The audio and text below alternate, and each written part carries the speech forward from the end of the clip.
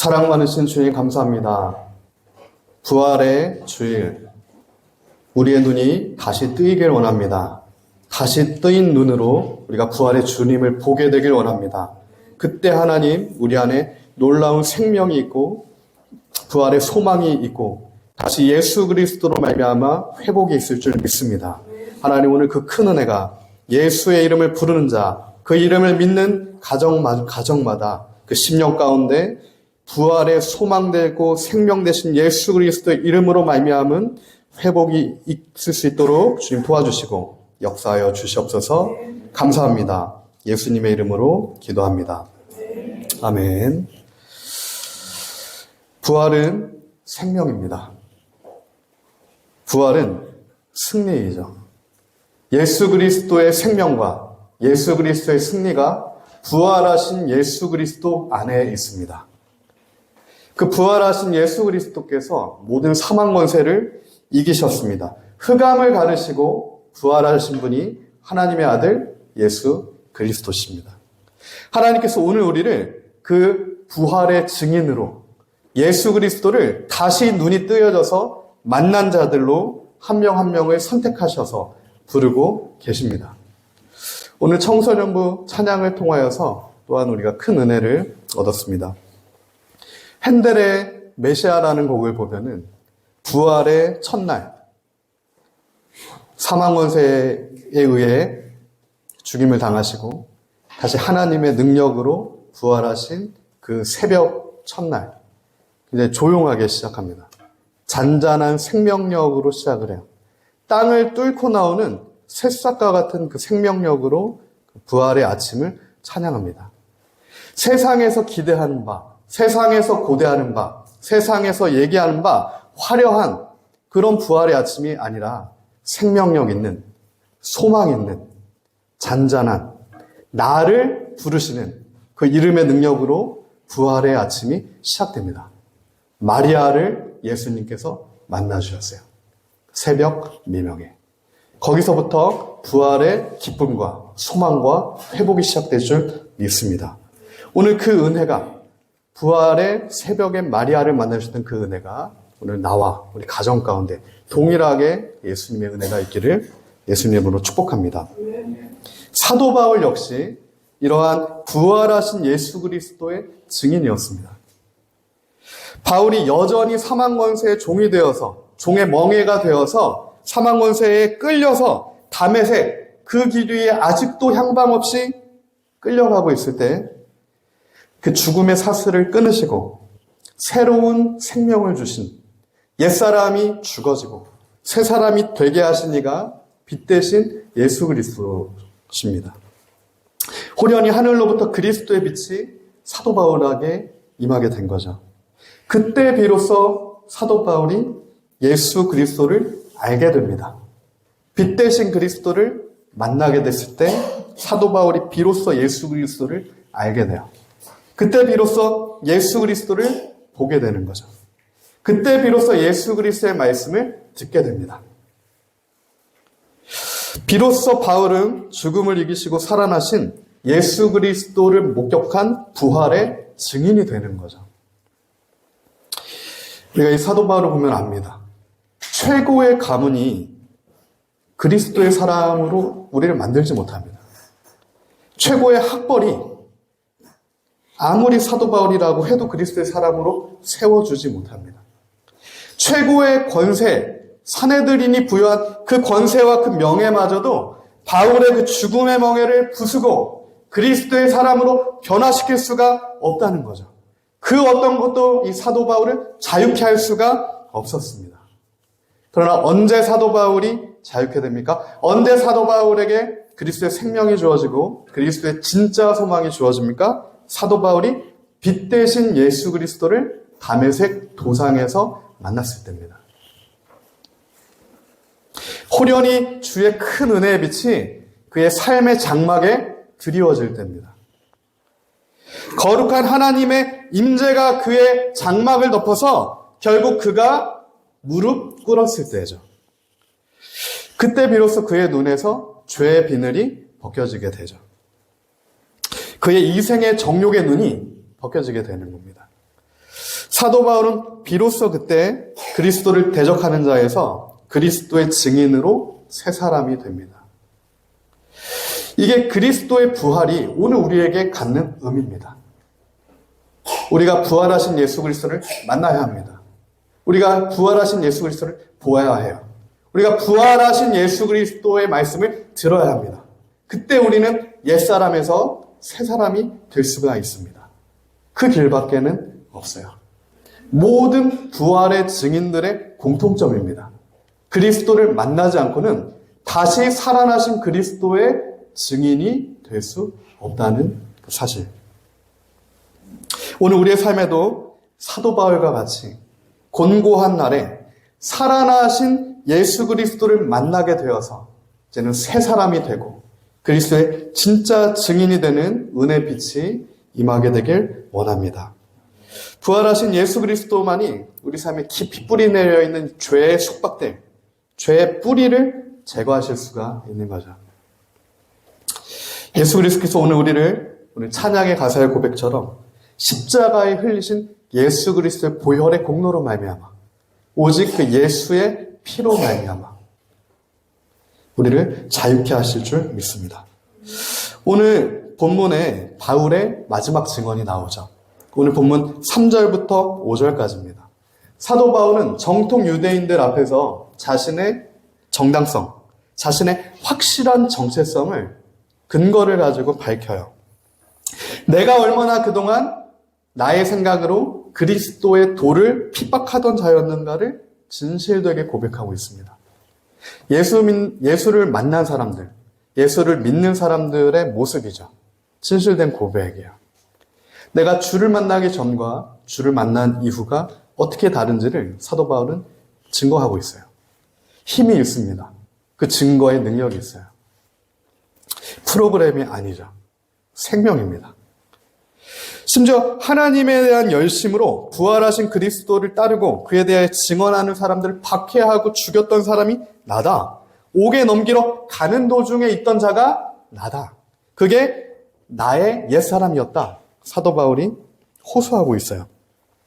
사도 바울이 이렇게 호소하는 이유가 있습니다.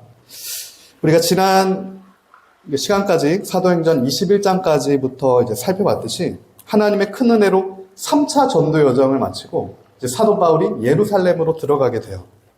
에베소의 장로들이 만류합니다. 아가야 선지자가 만류해요. 사도 바울의 모든 제자, 두로의 제자들마저 사도 바울이 예루살렘으로 가면 죽기 때문에 눈물로 만류합니다.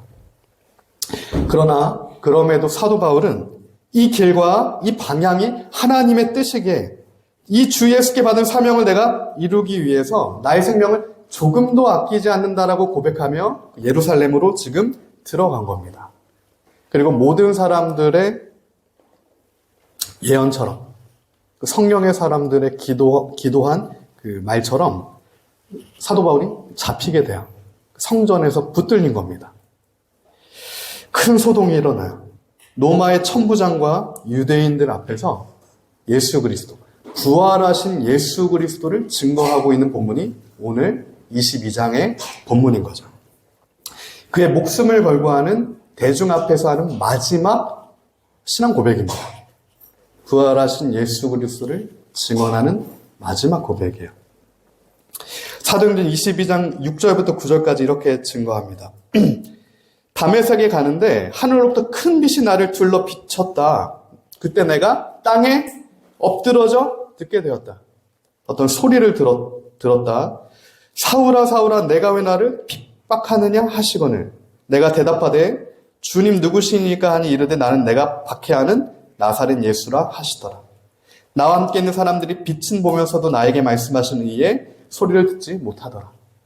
빛을 다 보게 됩니다. 사도 바울과 함께 있던 사람들이. 근데 예수 그리스도의 그 소리, 예수 그리스도의 말씀은 사도 바울 한 명만 듣게 돼요. 사도 바울의 옛사람과 사도 바울이 이제 새 사람이 되는 그 경계선에 예수 그리스도의 빛이 있고 예수 그리스도의 말씀이 있습니다.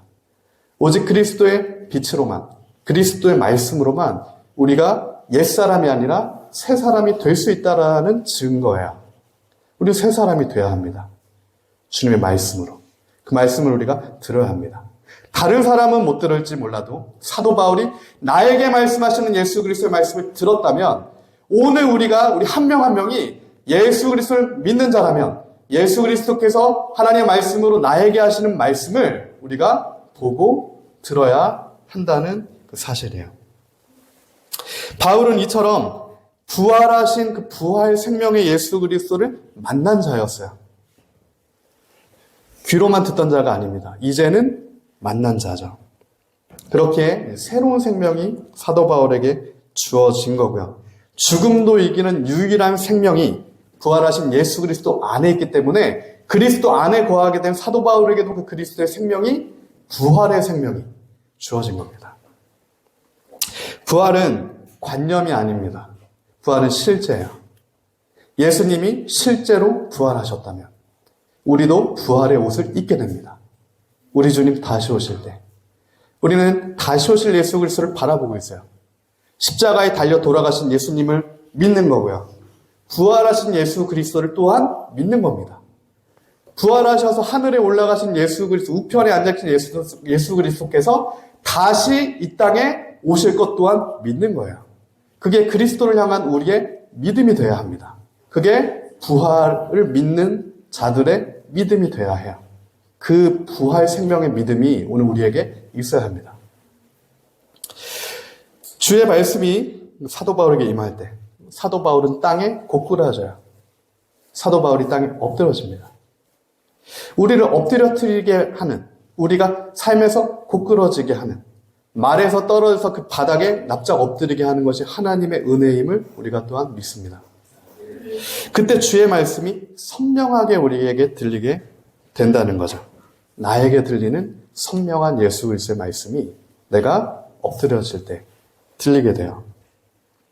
그리고 그 빛으로 인해 우리의 눈은 잠시 동안 멀게 되겠지만 잠시입니다. 평생이 아니에요. 그 엎드러짐은 잠시예요. 눈이 머는 사건은 잠시입니다. 회복을 위한 잠깐의 어려움이죠. 그러나 눈이 먼 것으로 인해 예수님의 말씀이 들리게 되는 거죠. 그 레마의 말씀이 이제 나에게 임하게 되는 겁니다. 주님께서 내 이름을 부르시는 거예요. 주님께서 내 이름을 아신다는 겁니다.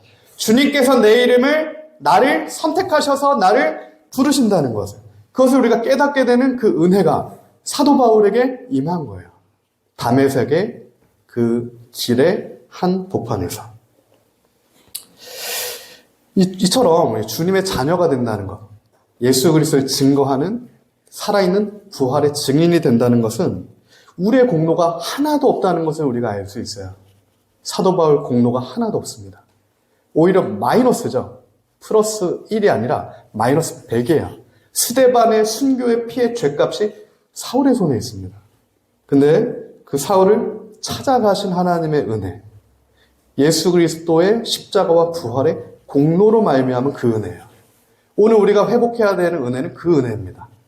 내가 무엇인가를 새롭게 쌓아 올려서 하나님께 나아가려고 하는 그것이 아니라, 그 길이 아니라 스데반의 핏값이 아직도 내 손에 있다라고 하는, 내가 여전히 죄인일 때 나를 찾아오셔서 나를 만나주시는 그 주님의 부활 생명의 은혜가 우리에게 필요하다는 사실을 우리가 붙들길 원합니다. 우리가 다시 그 믿음을 회복해야 된다는 겁니다. 이 시대 교회들은 그것을 붙들어야 해요. 부활 주일은 대단한 퍼레이드가 아닌 거죠. 부활 주일은 새벽 아침에 새벽 이슬과 같은 겁니다. 그 생명력이에요. 아무것도 아닌 것 같지만 모든 것을 살게 하는 새벽 이슬과 같은 생명력이 그리스도 부활의 아침에 선포되는 하나님의 메시지입니다. 그 은혜로만 우리는 구원을 얻게 됩니다.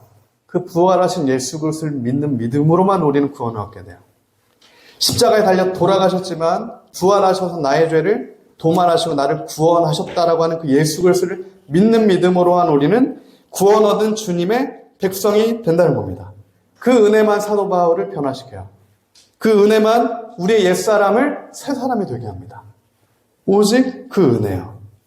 우리의 옛사람이 죽고 새 사람이 되는 것은 어떤 훈련 프로그램으로 되는 게 아니라는 거죠. 오직 주의 은혜로 됩니다.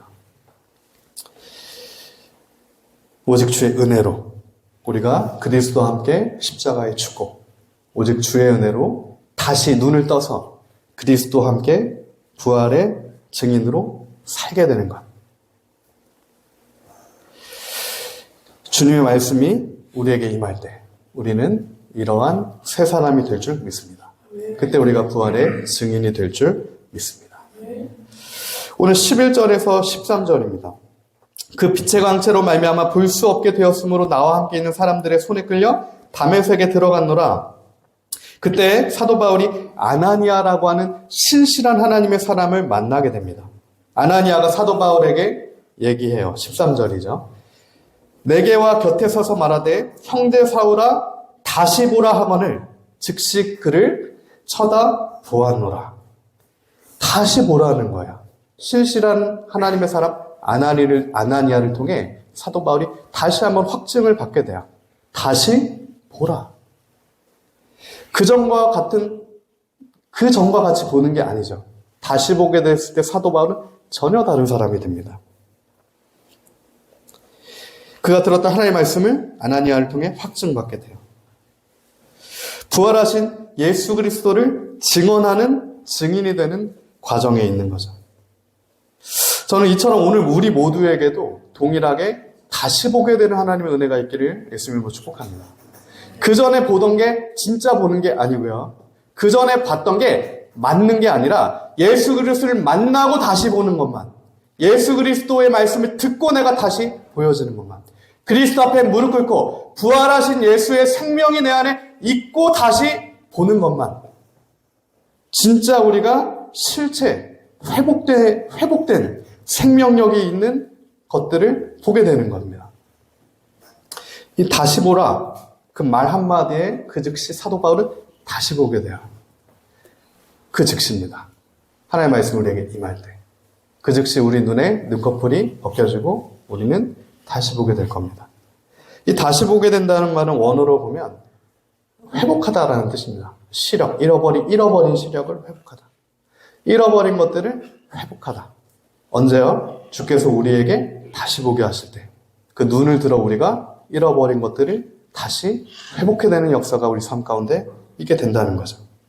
그 말씀이 우리를 멈추게 하시는 것이고 그 말씀이 우리를 이끄시는 거고 그 말씀이 우리를 회복시키는 겁니다. 하나님의 섭리야. 우리 삶의 충만한, 우리 삶을 인도하시는 하나님의 그 은혜입니다. 함께 있던 이들은 비록 보지 못해도 사도 바울은 영원한 걸 보게 됩니다. 영원한 생명의 주를 보게 되는 거예요.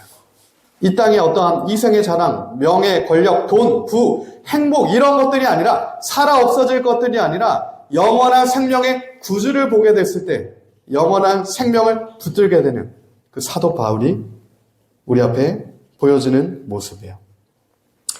하나님께서 이처럼 선택하신 이들, 사도 바울처럼 선택하신 이들은 반드시 다시 보게 하세요.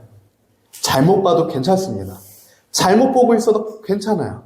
이전의 길이 넓은 길이어도 괜찮다는 겁니다. 심지어 스데반의 피값이 있어도 괜찮다는 거예요. 그 어떤 저주도 괜찮다는 겁니다. 이제부터는 새 사람이 되면 된다는 거예요. 이제부터는 좁은 길 예수 그리스도의 길을 가면 된다는 겁니다. 이제부터는 부활의 생명을 붙들고 가면 영원한 생명을 붙들고 가면 된다는 겁니다. 그것이 오늘 우리에게 하나님께서 말씀하시는 거예요. 하나님께서 선택하신 자들의 영적인 시력을 이처럼 회복시켜 주실 때는 일시적으로 아무것도 안 보일 수 있습니다. 눈이 멀게 돼요. 아무것도 안 보여요. 사도 바울이 이때 느꼈을 그 감정, 엄청난 공포였겠죠. 아, 나의 인생은 이제 끝났구나. 난 이제 눈이 멀었구나. 확신이 없습니다. 눈이 다시 뜨여질 거라고 하는. 스데반의 피값에 대한 결과인가? 여러 가지 감정이 사도 바울 안에서 교차했을 거예요. 그러나 우리는 말씀을 통해 보게 돼요. 일시적으로 사도 바울이 아무것도 할 수 없게 되지만 일시적으로 그의 삶의 모든 것이 중단되지만 사방으로 우겨싸움을 당하는 완전한 광야 한복판에 무릎 꿇게 되지만 바로 그곳에서부터 이전에 보지 못했던 것들이 보여지게 되는 하나님의 다시 보는 자로 세워지는 역사가 일어납니다.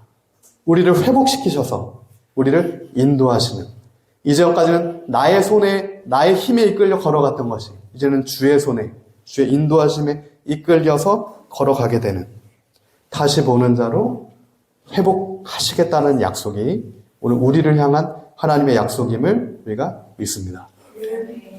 사도 바울이 이처럼 다시 보게 된 이유가 있습니다. 그 사도 바울의 눈을 다시 보게 하신 이유가 있어요. 바울을 향한 하나님의 뜻이 있다는 겁니다. 어떤 뜻입니까? 오늘 본문 14절부터 15절이죠. 아나니아가 풀어서 설명해 주는 거죠. 그가 또 이르되 우리 조상들의 하나님이 너를 택하여 너로 하여금 자기 뜻을 알게 하시고 그 의인을 보게 하시고, 이 의인이라고 하는 것은 예수 그리스도를 보게 하셨다는 뜻이에요. 그 입에서 나오는 음성을 듣게 하셨으니, 그리스도의 말을 듣게 하셨으니 내가 그를 위하여, 그리스도를 위하여 모든 사람 앞에서 내가 보고 들은 것의 증인이 되리라. 이게 하나님께서 사울의 눈을 멀게 하셨다가 다시 보게 하신 이유라는 거죠. 무슨 뜻입니까? 첫 번째, 내가 그리스도를 위하여. 사도 바울 이제는 그리스도를 위하여. 두 번째는 모든 사람 앞에서. 그럼 마지막은 내가 보고 들은 것의 증인이 되기 위하여. 종합하면 내가 예수님을 위해 모든 사람 앞에서 내가 보고 들은 것의 증인이 되게 하기 위하여서 내가 너를 만났다. 빛 대신 그리스도의 빛이 사도 바울의 심령을 환통했다는 겁니다.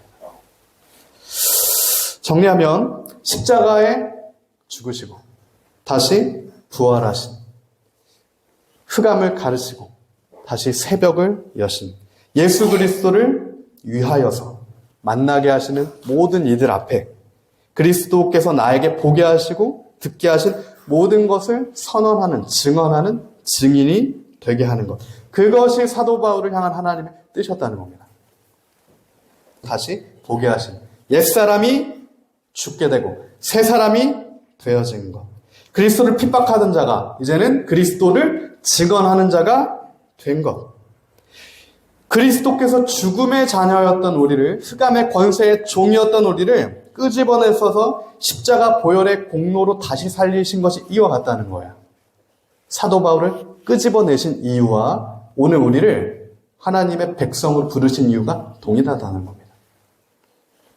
흑암의 나라에서 생명의 나라로 건진 이유, 이제는 너희가, 저와 여러분이, 우리 모두가 나를 만나주신 예수 그리스도를 증언하는 증인들이 돼야 된다는 겁니다. 생명력 있는 증인. 특별히 이 증인이라는 말이 우리가 정말 좋은 많은 단어들을 이단들에 많이 뺏겨서 여호와의 증인이라는 이단이 있어서 굉장히 이제 긍정적인 단어임에도 그냥 부정적으로 들게 되고, 또 설교하는 분들도 굉장히 약간 이 단어는 잘 안 쓰게 되는 게 있어요. 그 이단들이 좋은 걸 너무 많이 가져왔습니다. 근데 많이 뺏겼던 것은 우리가 많이 회복해야 돼요. 여호와의 파수꾼, 증인, 좋은 말들이에요. 근데 가져가죠. 이 증인이라는 뜻은 법정적인 정의를 이뤘습니다.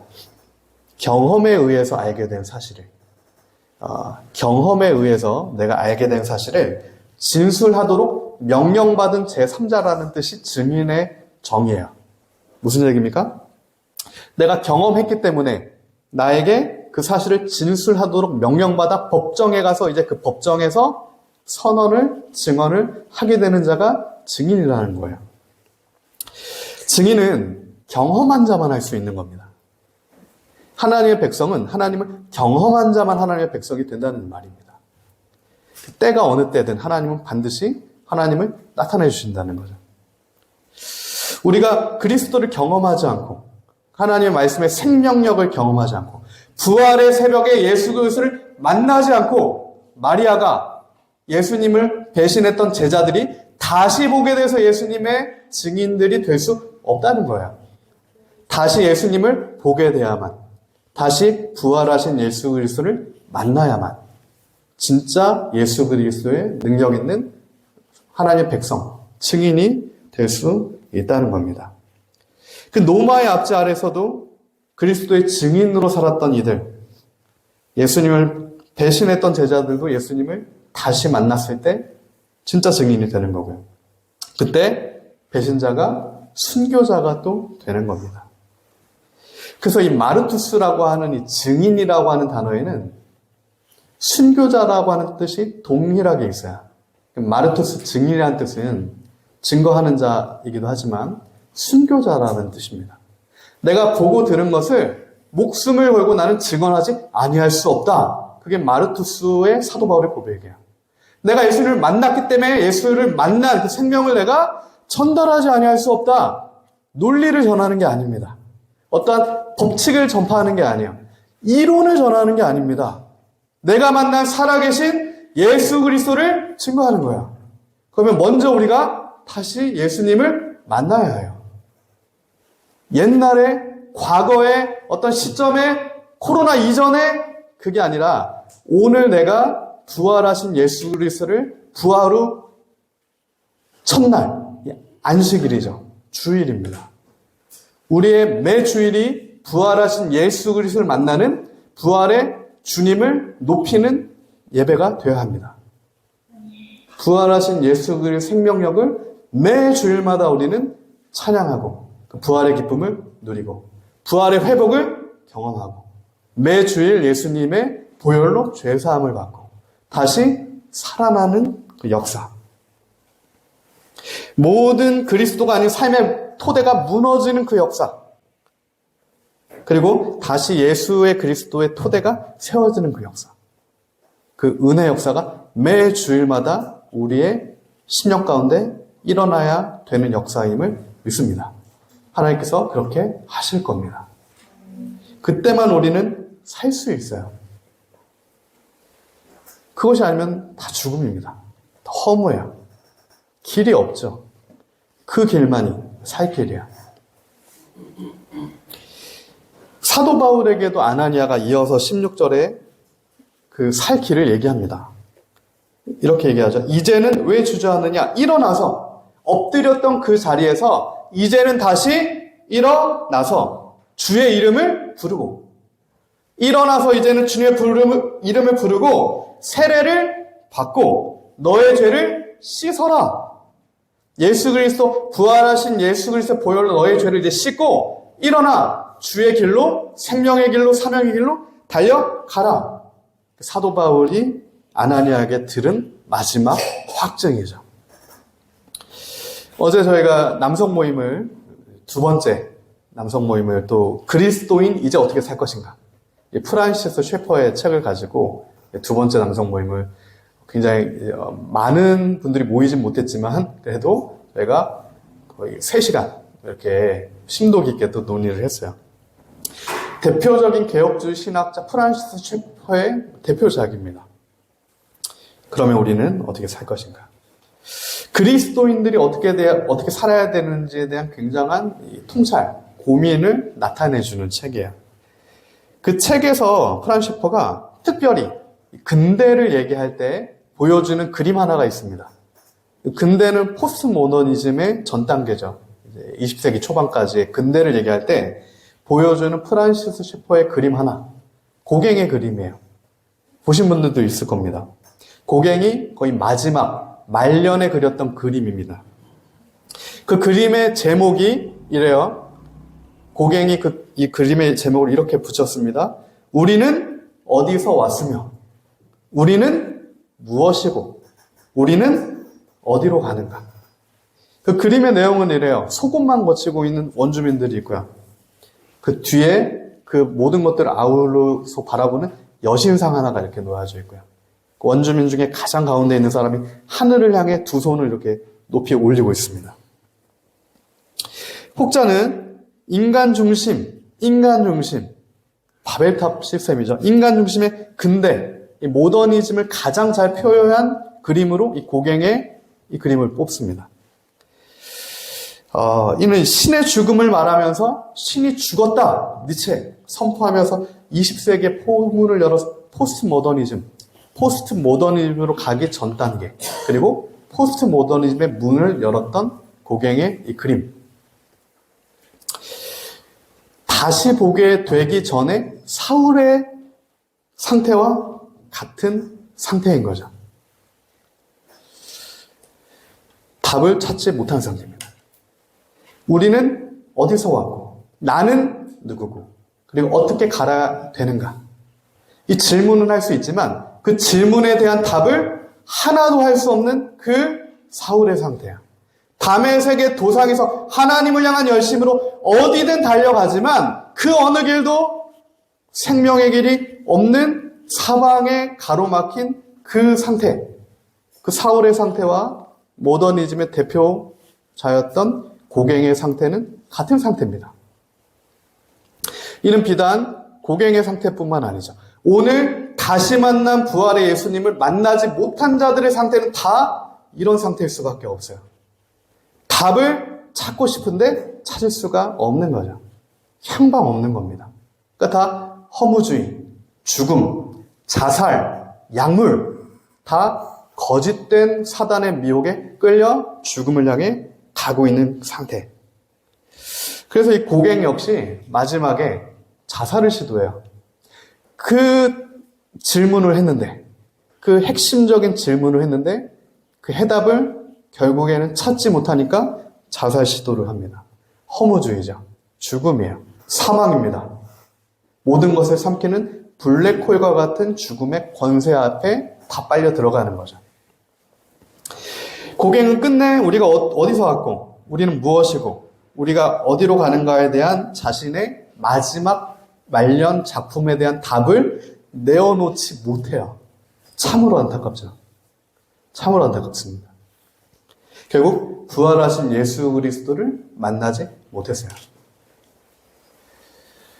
저는 오늘 우리가 또한 우리 주위에 우리 가족들이, 우리 친척들이, 우리 주위에 정말 하나님께서 나에게 보여주시는 사람들이 이러한 말년의 고갱같이 되지 않기를 예수님으로 축복합니다. 우리가 그들을 위해 또 기도해야 되고, 그들 앞에 살아계신 예수 그리스도를 만난 자로서 먼저 우리가 증인이 되어야 합니다. 그래서 생명력이 전달돼야 돼요. 어떠한 논리가 아닙니다. 진짜 예수 그리스도가 증거가 돼야 돼요. 이와 같은 이 절망, 지금 포스트 모더니즘을 사는 모든 인류의 사실은 절망이에요. 모든 인류의 절망입니다. 모든 학문의 영역의 끝에 이제 답이 없다로 결론을 냈어요. 100년을 정체됐습니다.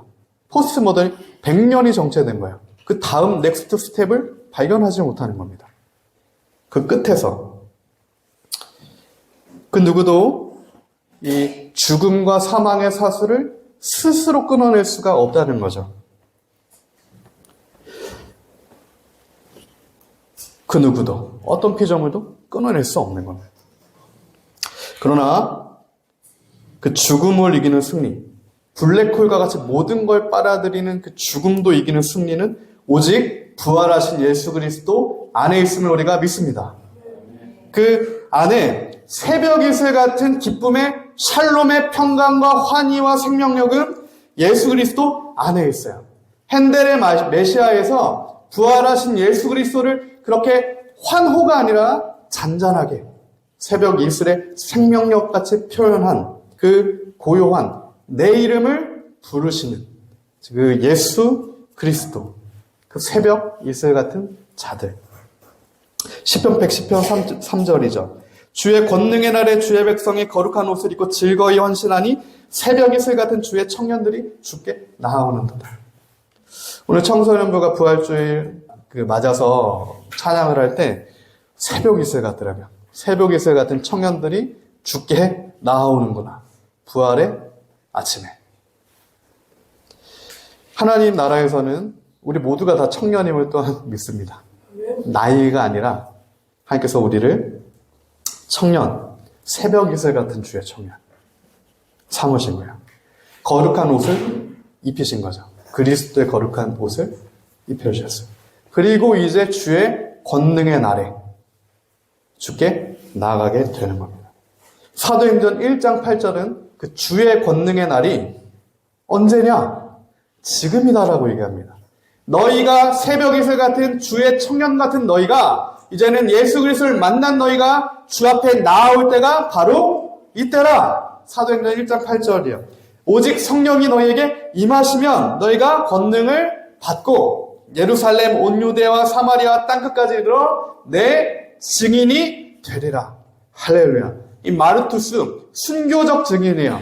마지막 때 목숨을 걸고 순교도 각오하고 나를 만나신 예수 그리스도의 생명, 부활하신 예수 그리스도를 그 어디든 담대하게 전파하고 그 예수의 이름으로 살아내는 마르투스들, 예수 그리스도의 순교적 증인들.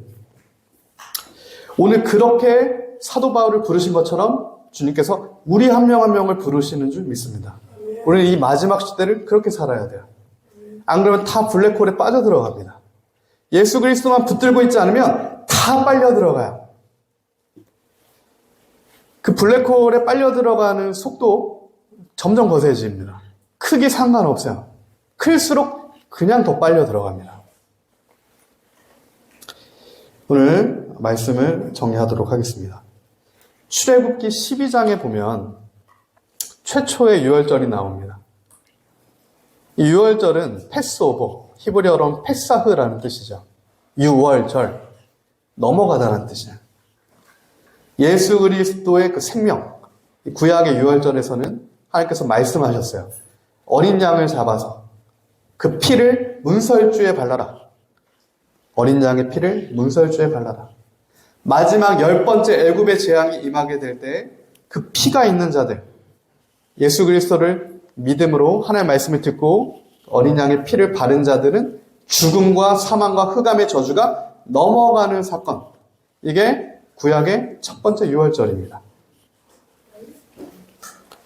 회복의 날이죠. 회복의 날. 죽음에서 생명으로 승리케 되는 날. 그게 유월절이에요. 애굽의 사람들, 다시 주님을 보지 못했던 자들에게는 엄청난 심판의 날이에요. 다 죽게 되는 날이 10번째 재앙의 날이었지만 다시 보게 된 자들, 부활하신 그리스도를 보게 되는 자들, 구약에서 하나님의 말씀을 붙들었던 자들, 생명력이 있는 자들에게는 회복의 날이고 생명의 날인 겁니다. 이게 유월절이에요. 유월절에 구약에서는 어린 양의 피가 문설주에 발라진 자들마다 죽음이 넘어가는 살게 된 역사가 일어났다면 신약에서는 그 유월절에 예수 그리스도께서 직접 십자가의 어린 양이 되셔서 피를 흘리셨어요. 동일합니다. 그 피, 예수 그리스도의 보혈의 피를 바르는 자마다, 예수 그리스도의 피를 오늘 사도행전 16절에서 아나니아에게 사도 바울에게 얘기한 것처럼 예수 그리스도의 보혈로 다시 너의 죄를 씻고 일어나 나아가다 라고 했던 것처럼 우리가 다시 십자가에 달려 내 죄를 위해 돌아가신 예수 그리스도 보혈을 붙들고 그 공로로 우리가 다시 살게 됐을 때 우리에게 사방으로 우겨싸서 다가오고 있는 이 죽음의 블랙홀도 넘어갈 수 있다는 겁니다. 유일한 예수 그리스도 십자가 보혈의 생명으로 인해. 그게 부활의 주님께서 부활의 증인들에게 말씀하신 거예요. 이제 너희가 살아났다는 선언이죠. 아무것도 아닌 막달라 마리아에게서부터 예수님의 제자들, 오순절 성령의 충만한 권능을 받았던 하나님의 사람들, 그리고 이제 사도 바울을 통해 3차 전도 여정을 향해서 만났던 수많은 이방인, 유대인, 그리고 오늘 천부장, 계속해서 사도행전 끝장까지 그 하나님의 사람, 마르투스, 증인들의 증언은 계속되는 겁니다. 그래서 혹자는 사도행전 29장은 계속 쓰여져야 된다. 뭐 이렇게도 선교적으로는 얘기하는데 저는 그 계속 쓰여지는 은혜, 사도행전의 하나님의 놀라운 생명력이 나의 삶 가운데서 계속 쓰여지는 은혜가 이론적으로는 아니라 실제가 되는 그 은혜가 우리 모두에게 있기를 예수님의 이름으로 축복합니다. 이 세상도 감당할 수 없는 그 복음의 능력과 부활의 생명과 산소망 되신 그리스도의 승리가 오늘 우리에게 부활의 아침에 선언되었고, 이제는 우리는 주님의 구원 얻은 백성으로서 주와 함께 달려 갈 줄 믿습니다. 이 시간 우리 함께 기도하겠습니다. 이 시간 우리 함께 기도할 때 구약의 그 유월절, 하나님 그 죽음이 양의 피를 문설주에 바른 가정마다, 심령마다 죽지 않고 살게 되는 역사가 이미 우리에게 보여주셨고, 하나님 동일하게 신약에서 그 유월절에 직접 산 제물이 되셔서 어린 양이 되셔서 십자가에 피 흘리신 예수 그리스도를 이제 바라보고 그 피로 자기의 죄를 씻고 이제는 다시 주님을 다시 보고 다시 주의 은혜만을 붙드는 자들에게 하나님 부활하신 생명의 예수 그리스도 생명의 능력이 하나님 우리를 회복케 하시고 살게 하시는 그 능력임을 우리가 믿고 나아갑니다. 하나님 그 소생케 되는 부활의 새벽의 은혜가 오늘 우리의 모든 심령마다 있게 하여 주시옵소서. 자, 우리 함께 기도하며 나아갑시다. 사랑 많으신 주님 감사합니다.